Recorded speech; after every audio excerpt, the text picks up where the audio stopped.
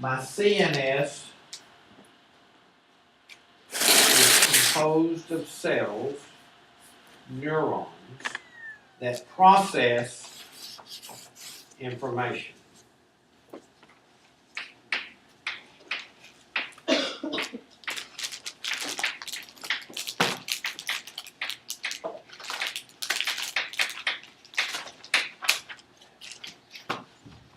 This is where we evaluate and make decisions as to what our responses is going to be. Okay, well,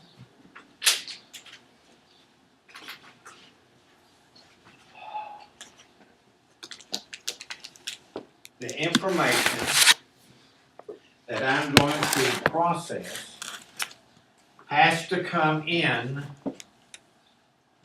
to the CNS for processing. It does so by what we call sensory information.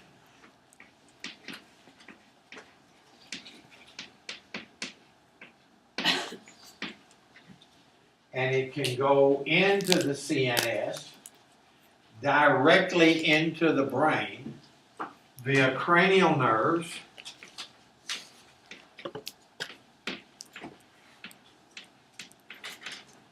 and we have 12 pairs.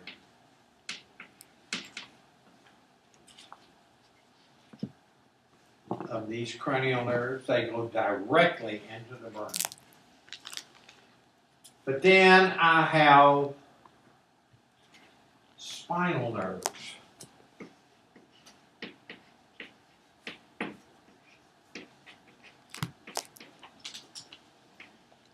And I have 31 pair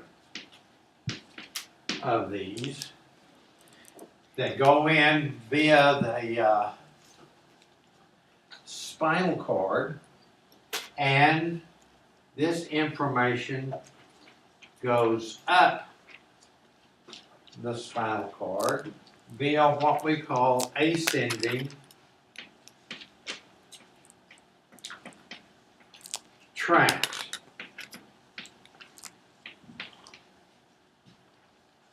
Where it's processed. Now, I have two categories of sensory information.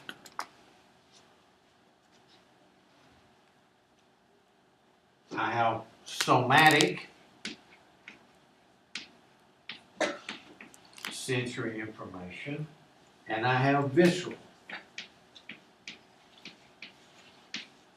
sensory information.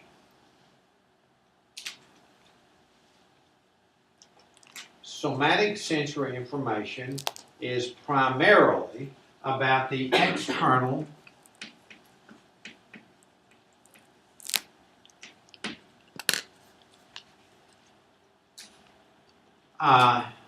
environment.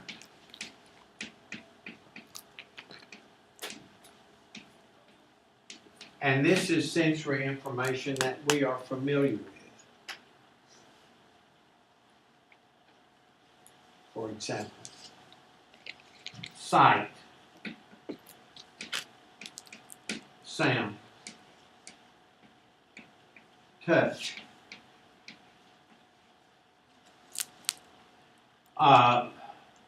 pain, position,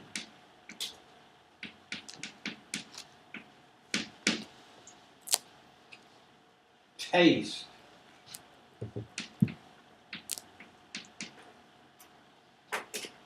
do you know where your foot is right now without looking? You know, oh, you can reach down there and find your foot without looking because you know. That is somatic sensory. This is sensory, and there's more here than just that.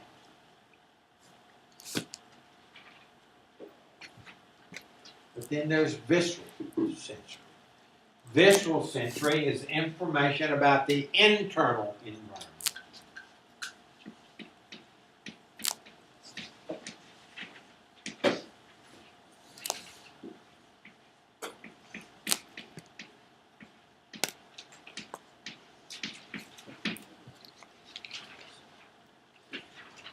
Now, visceral sensory goes in the same way as somatic sensory, but it doesn't go to the same area of the brain.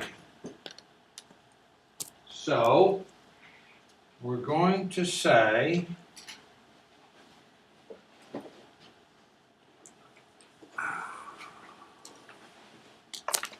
this right here represents the cerebral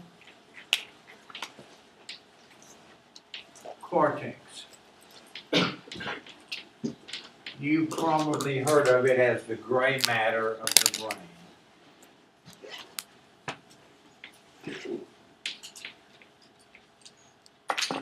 And this is the area where we make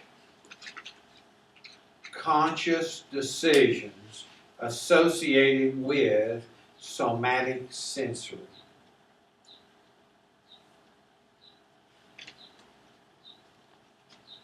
Here I am aware of the sensory information and I make deliberate decisions about that sensory information.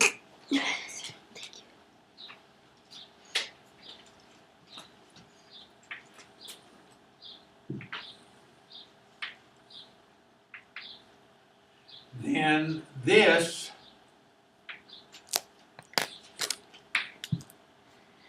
is an area of the brain, and I'm narrowing it here. It's deep inside the brain, and it is the medulla and hypothalamus.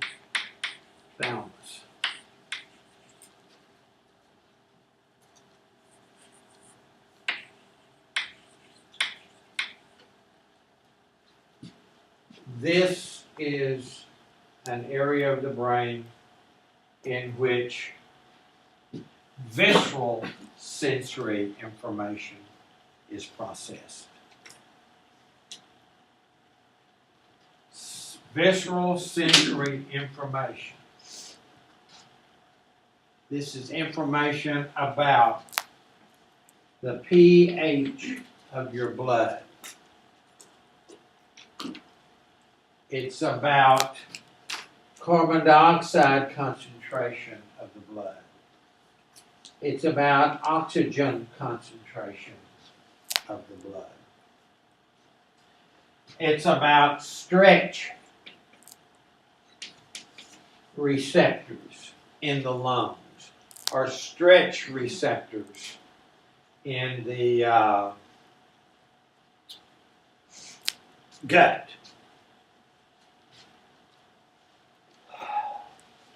This is about baroreceptors.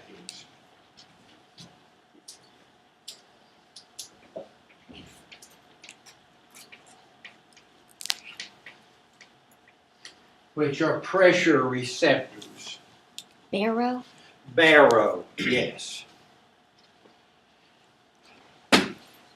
These, okay, for example, can you tell me right now what your blood pressure is? What your diastolic and systolic blood pressure is? No. We have to get a cuff to measure it to tell us.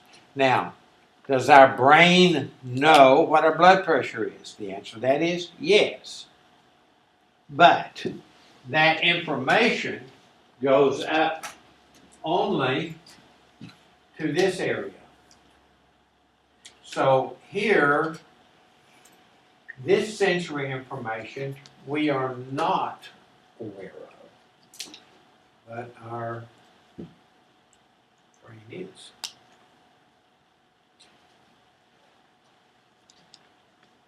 When we evaluate somatic sensory, it's up here. When we evaluate visceral sensory, it is here. So, at least to some degree, there are two separate areas for evaluation of sensory information. Now, I don't want you to be misled.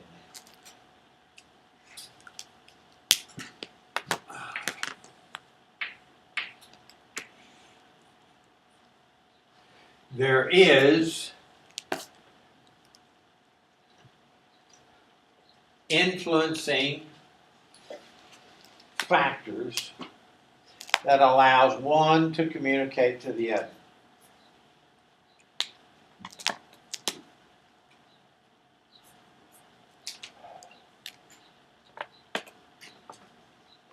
Before we get to those, my visceral sensory responses, for the most part, are inherent. Visceral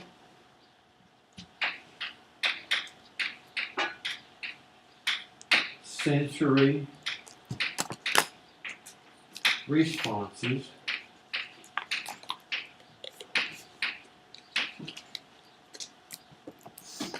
are typically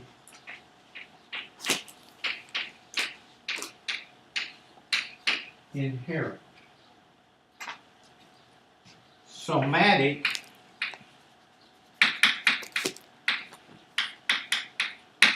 sensory responses are, for the most part, learned.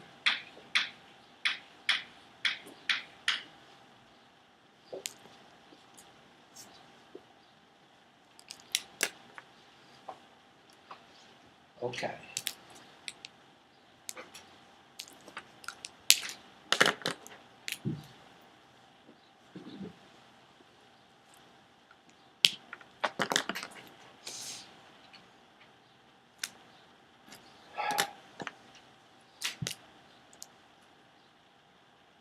This is going to be somatic sensory input.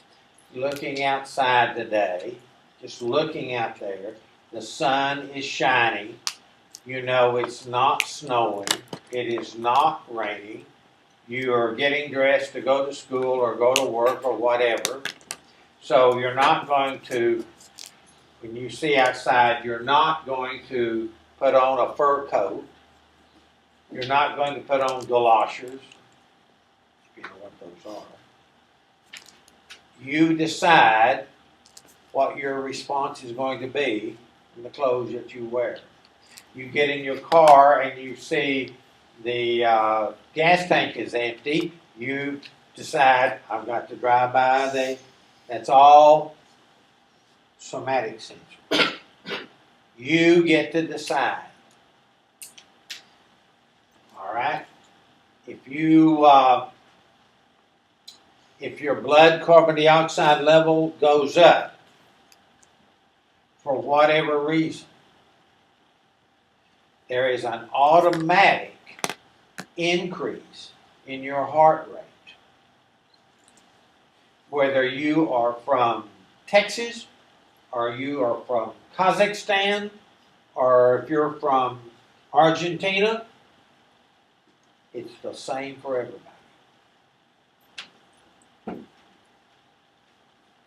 We have inherent responses to visceral sensory information.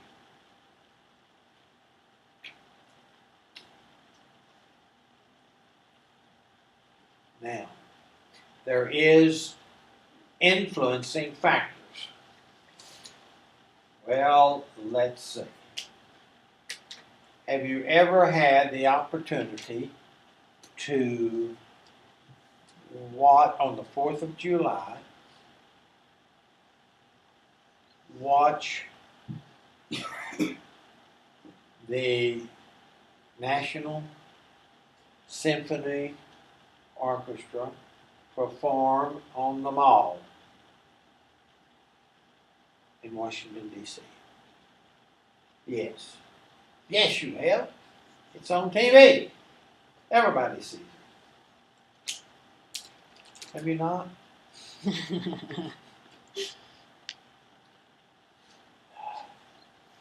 Well, do it. As they began to play the various whatever. But one of the pieces that they play, surely you've heard it. The 1812 Overture. And when they play the 1812 Overture, there are cannons that go off. Have you seen it? I haven't. Oh, you haven't? Have you? Anybody? Well, you turkeys. The cannons go off. Have you seen it? Oh, what a deprived generation. When those cannons go off during that piece,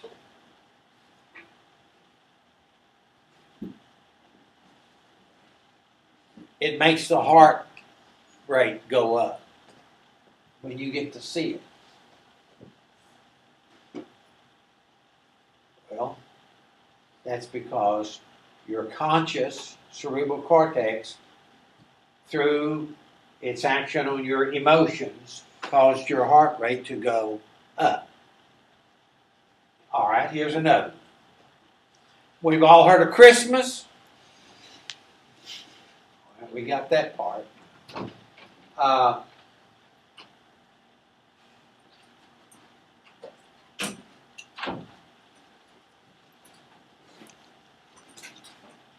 got to pause. Mr. Stuckey? Sir. It's important that you see me after class. There is someone else in here that needs to see me after class. It is kind of important, but I've forgotten who this other person is. So before class is over with, I'll have to go to the office and find out, and then I'll come back. So don't leave until I do that. Now then, back to Christmas. Have you heard of the Mormon Tabernacle Choir?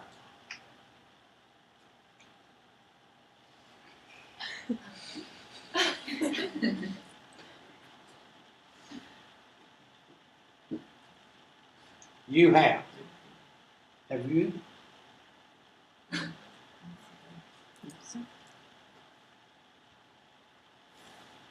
Where there's like 150 people up there and they're all singing. You know. It's like the Mormon church, everybody's singing. Yes. It's a choir. It's a huge choir. Well, are you familiar with Christmas music? And one of the pieces that's quite common at Christmas time is Handel's Messiah. Now, have you heard of Handel's Messiah before? And the Hallelujah Chorus, where traditionally you're supposed to stand up. You stood up because the king stood up when they did it first in French. Well,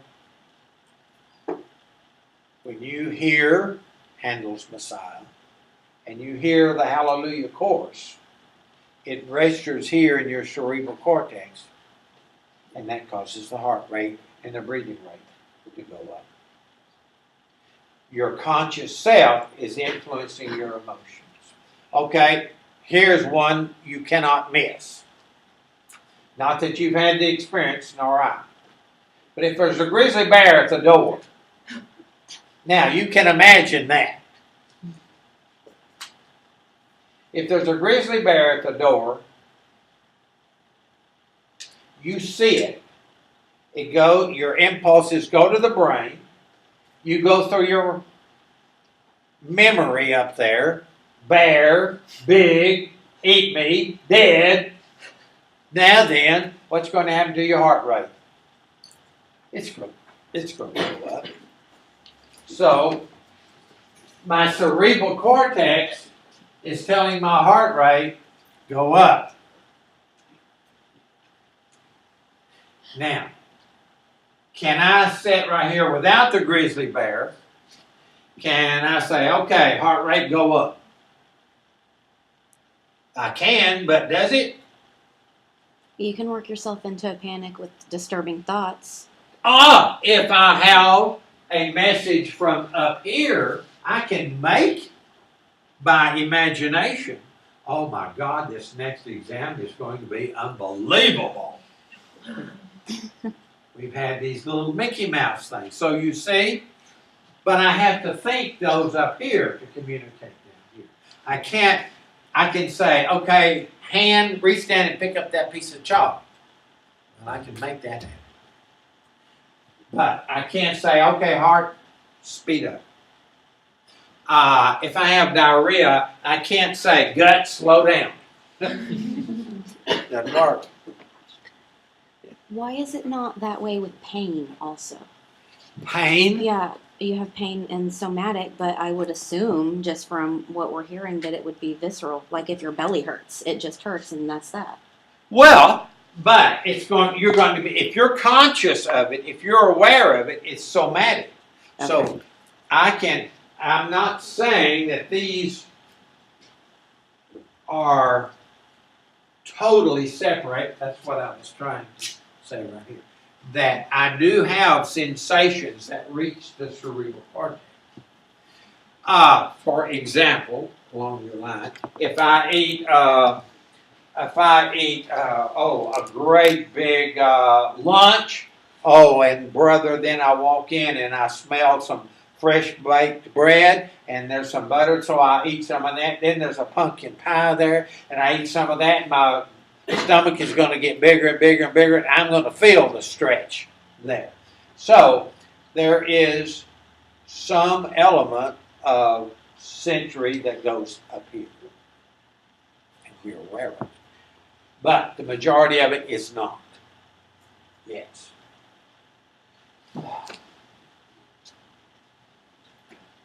But if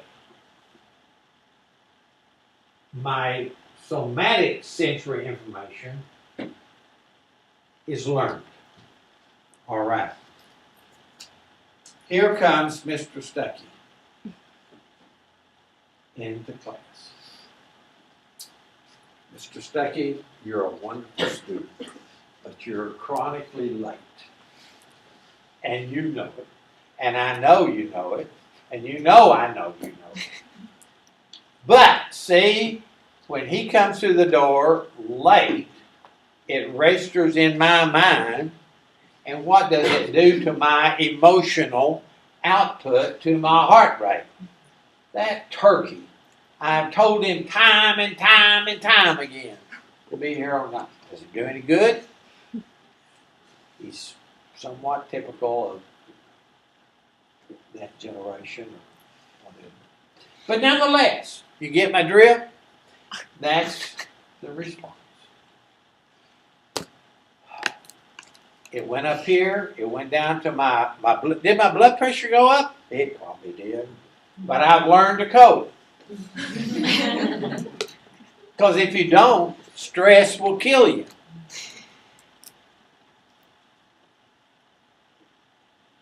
Sensory input. If the pH of your blood goes down,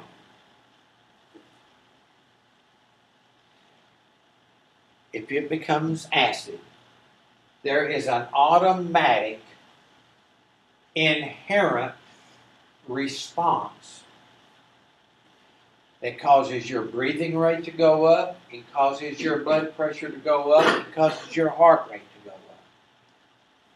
Now, the reason I make these differences is because of this. Can you live without a functional cerebral cortex. If this right here is non-functional, can you live? Yeah, And the answer to that is, I think you might be in a vegetable state. and you would be in a vegetable state. But you can still breathe, you can still digest food, your heart still can beat. So, if I'm in a coma, and this right here is non-functional, this right here can sustain life. But if something happens to this right here, it's over. It's over. This right here is required. This maintains our bodily functions. It's absolutely essential for survival. This one up here is not. And so if you go into the health sciences, there might be a situation in which you're dealing with unconscious individuals.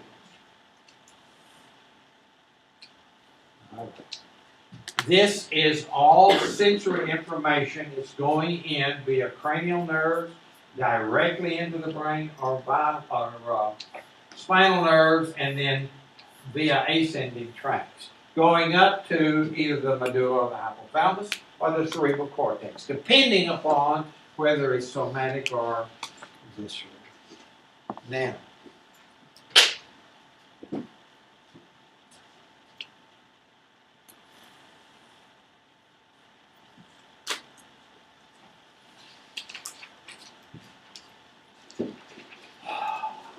I have two pathways to carry information out. This information that we carry out is called motor. And it goes out via cranial nerves,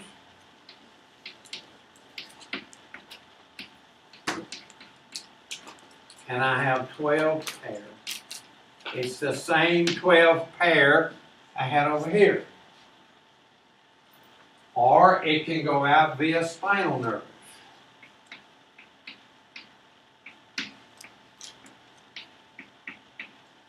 And it's the same 31 pair. If I go out via spinal nerves, I'm going to have to get down to the spinal nerves. I'm going to have descending tracts.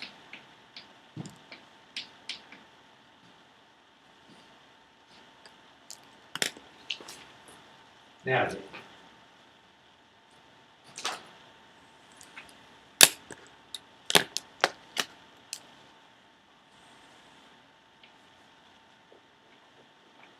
my responses are going to be voluntary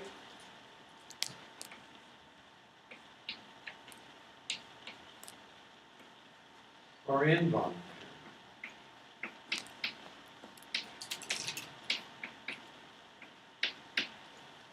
My voluntary responses is going to be by way of somatic motor. My involuntary responses is going to be by way of visceral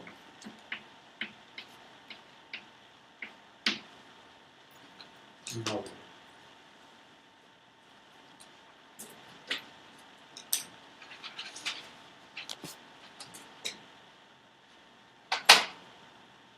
Now,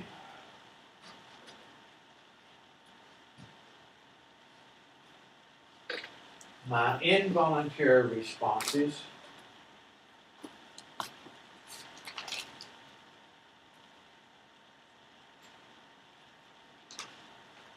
is going to be divided into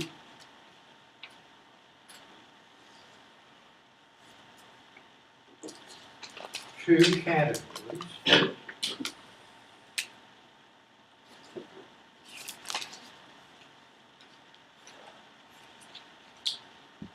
One category is called the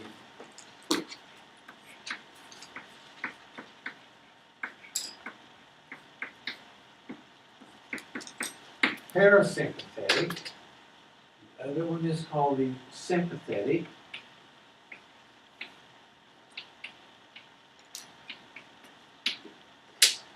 And they're going to terminate on smooth muscle, cardiac muscle, and glands. And I'm going to get a response. These up here will terminate on skeletal muscle. And I get a voluntary response.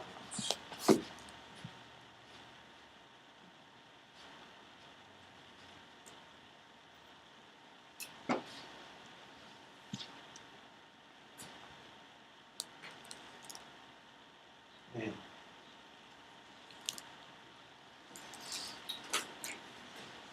Mr. Stuckey, if I pick on you, Okay. it's okay? Yes, sir. Thank you. You're really a good sport. You see, my somatic sensory via sight went in this case, via cranial nerve. It was evaluated up here. And then I sent out motor impulses, in this case over cranial nerves. I went to my skeletal muscles of my tongue and said a few choice words. And it was all voluntary. You see? And of course, all of this via sound went into Mr. Stuckey's brain up here. He evaluated it at his cerebral cortex, but the evaluation did not end up with any sort of overt act. He just kind of sat right there and looked. No, he put a big smile on his face, which was skeletal muscle. Of course, there could have been another response. He could have frowned and got really hacked and picked up his books and very emotionally stormed out because I was picking him. That was all voluntary. It was all learned.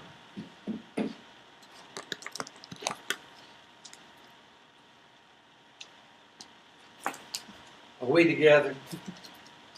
Now, this right here is going to regulate the smooth muscle of the gut, the smooth muscle in the lungs, the smooth muscle in our cardiovascular system.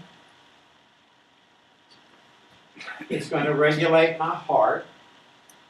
It's going to regulate my liver, my pancreas, and my various other glandular organs. So if I have a cardiovascular, if I have high blood pressure, I have a problem here. So I go to the doctor, and the doctor gives me some medicine, and that medicine does what? It manipulates this. If I have diarrhea, I go to the doctor. The doctor gives me a substance, and what does it do? It manipulates this. So usually when I'm going to the doctor, I have a problem here. I don't have a problem. Period. Now, but let's pretend if I do have a problem with my motor skills, my conscious, voluntary motor activities, if I have a problem with my conscious, voluntary motor activity,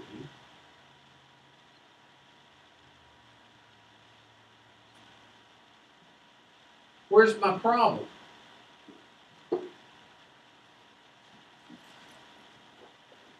It's not down here. It's up here. If you do screwed up things, if you have to, you get really hacked when you're driving down the street because some old goat's in front of you that's slow, and you get really emotional and you lash out, then the judge says, okay, you got to have some anger management. So people that have a problem with this have to go see a psychiatrist. This one right here, they have to go see an MD. You get my drill? Yeah. Well, if you're going into the health sciences, and probably a lot of you are going into the health sciences, or want to go into the health sciences. Yes. So which of those divisions are you going to concentrate on? This one down right here. We go down here because of all the various pharmaceuticals. Do you not take a medicine for high blood pressure? How does it work? It works here. Yeah. If you take a medicine for diarrhea, where does it work? It works here. So pharmacology is going to be extremely important here. Now it's important up here, but that's under psychiatric treatment. Are we together? Does it make sense? So we're going to be looking at both of these, the PNS and the CNS. We're going to be looking at the cerebral cortex and the medulla and the hypothalamus. We're going to be looking at sensory input based on somatic and visceral. And we're going to be looking at motor output, voluntary and involuntary. This is output, and this is input.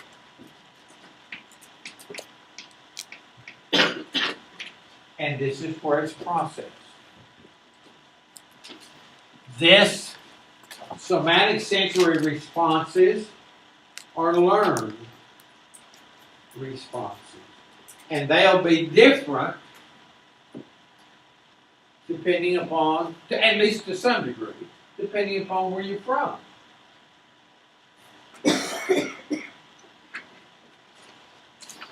Your somatic sensory evaluation is going to be different from Gainesville, Texas, compared to Ecuador, Peru, or compared to Moscow, Russia. But visceral sensory worldwide,